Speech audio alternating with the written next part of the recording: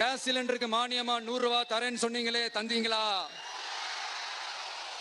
1000 ரூபாய் ஒருத்தர் விடாம எல்லா பெண்களுக்கும் தருவேன்னு சொன்னீங்களே, தந்தீங்களா?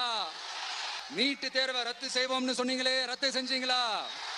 கல்வி கடனை ரத்து செய்வோம்னு சொன்னீங்களே, ரத்து செஞ்சீங்களா? வருஷத்துக்கு 10 லட்சம் பட்டதாரிகளுக்கு வேலை தருவேன். மீனவர்களை ஏன்பா மீனவர்களை பழங்குடியின பட்டியல சேர்ப்போம்னு சொன்னீங்களே, சேர்த்தீங்களா? மீனவர்களுக்கு 2 லட்சம் வீடுகள் கட்டித்தரப்படும் சொன்னீங்களே, கட்டி தந்தீங்களா? அவர்களுக்கு பணி நிரந்தரம்னு சொன்னீங்களே, செஞ்சீங்களா? சத்துணவு மற்றும் அங்கன்வாடி பணியாளர்களுக்கு அரசு பணி உறுதினு சொன்னீங்களே, செஞ்சீங்களா? முதியோர் உதவித்தொகை 1500 ரூபாய் தருவேன்னு சொன்னீங்களே, தந்தீங்களா? தமிழகத்தில் இருக்கும் வேலை வாய்ப்புகள் 75% தமிழர்களுக்கு என்ன சொன்னீங்களே, தந்தீங்களா?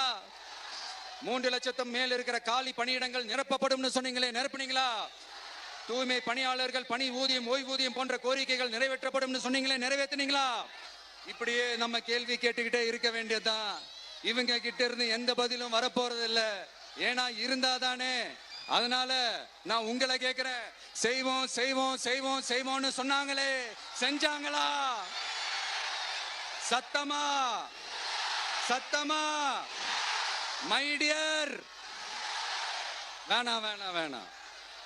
அப்படி கூப்பிட்டா, ஆசையா பாசமா கூப்பிட்டா அவங்களுக்கு பிடிக்க மாட்டேங்குது. அதனால கேக்குதா மை டியர் சிஎம் சார்?